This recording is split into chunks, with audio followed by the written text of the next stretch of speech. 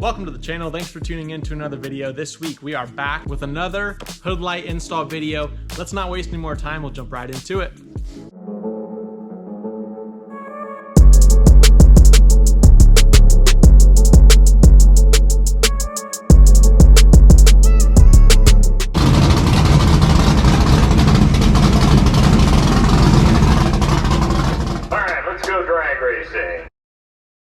We got my dad's Ram here. Thank you to Blue Moon Eclipse. These guys hooked us up with a new hood light strip. I was running a different one on the gray truck a while back. Let's jump right into it. Let's see what's in the box. When you guys order these, they come in a 2-pack. So you get 2 lights. They are only $30, I believe, and you get 2. They do that awesome startup where the lights run back and forth. You guys will see when we install it. They are 71-inch light. And what I love about these ones, they come with fuse taps and connectors.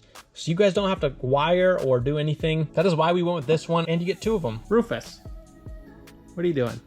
Jumping over to the truck. First thing I want to do is take off this plastic piece right here because we want to try to sneak the light under here, get to our wiring. Okay, I got this side pulled up. Since we got our fuse box right here, this is where we're headed. Next thing we want to do, since we are putting our light right here on the edge, we want to clean this surface. Make sure we got a nice clean surface for the adhesive to stick. Take your hood light out of the box. The flat side does not have any LEDs in it. So you want to make sure you have the rounded side facing out because only one side lights up. You would hate to put it on backwards. I'm going to use some alcohol right here on a rag, wipe off our surface.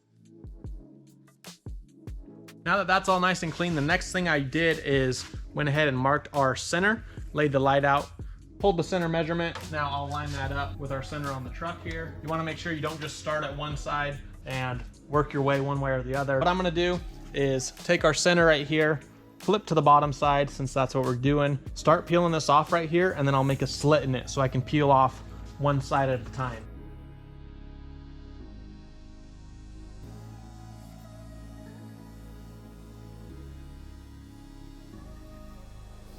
Again, on the last video, I got a lot of comments saying I should have done it another way. You guys go ahead and do it however you want. If you want to, on the 4th gens like I have, if you want to follow the grill down, you can do that. If you want to stick it to the hood somehow, you could stick it to the hood and run your wiring down the back of the hood. You can follow whatever line you guys want. This is just how I'm doing it. So get creative and yeah, do it how you guys want to do it. Now that that's done, we will go ahead and show you guys the wiring, which I also got a lot of questions about last time.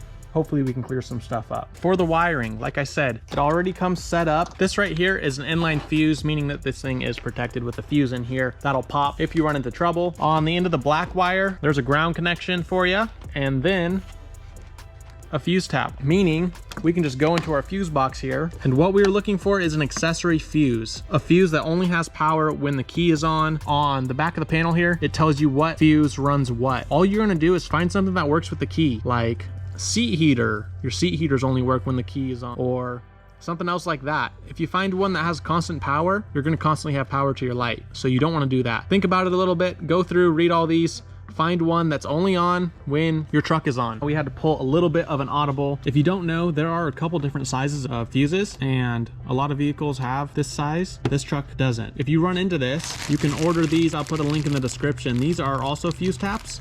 They just come in a bunch of different sizes. I used these on our last install. They're only like 10 or 15 bucks for a whole pack. So real quick, I'm gonna cut this old fuse tap off, figure out what one we wanna use, and then we'll continue. I'll go ahead and cut this guy.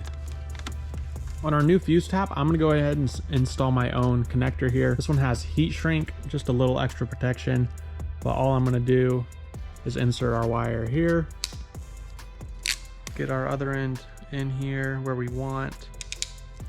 Okay, now that these are crimped, we can just take our torch,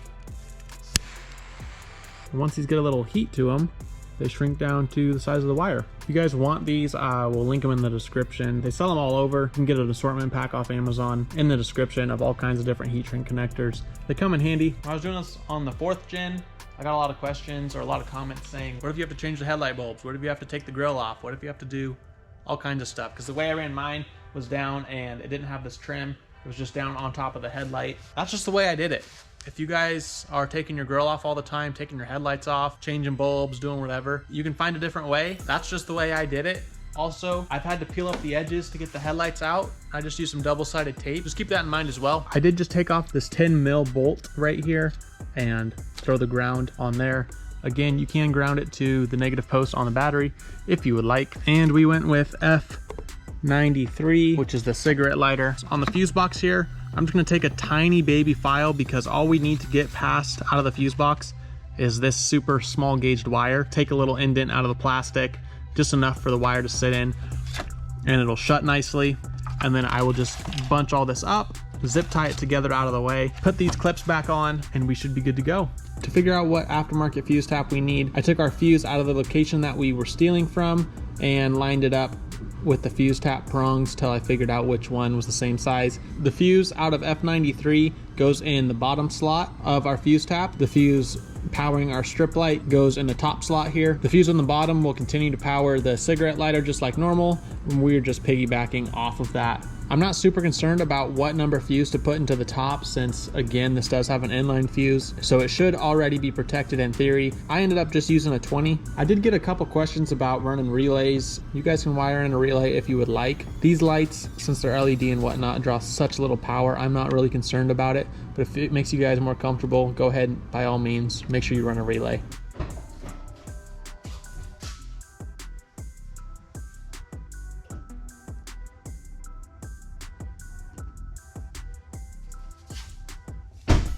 There you guys go. I really like how this sits on these 5th gen Ram trucks. Okay guys, that's gonna wrap up today's video. As always, I appreciate all the support. Again, if you guys wanna purchase a set of these strip lights, make sure to click the link in the description. Huge shout out again to Blue Moon Eclipse for sending this set out for us to test out. Till next time, take it easy and we'll catch you on the next one.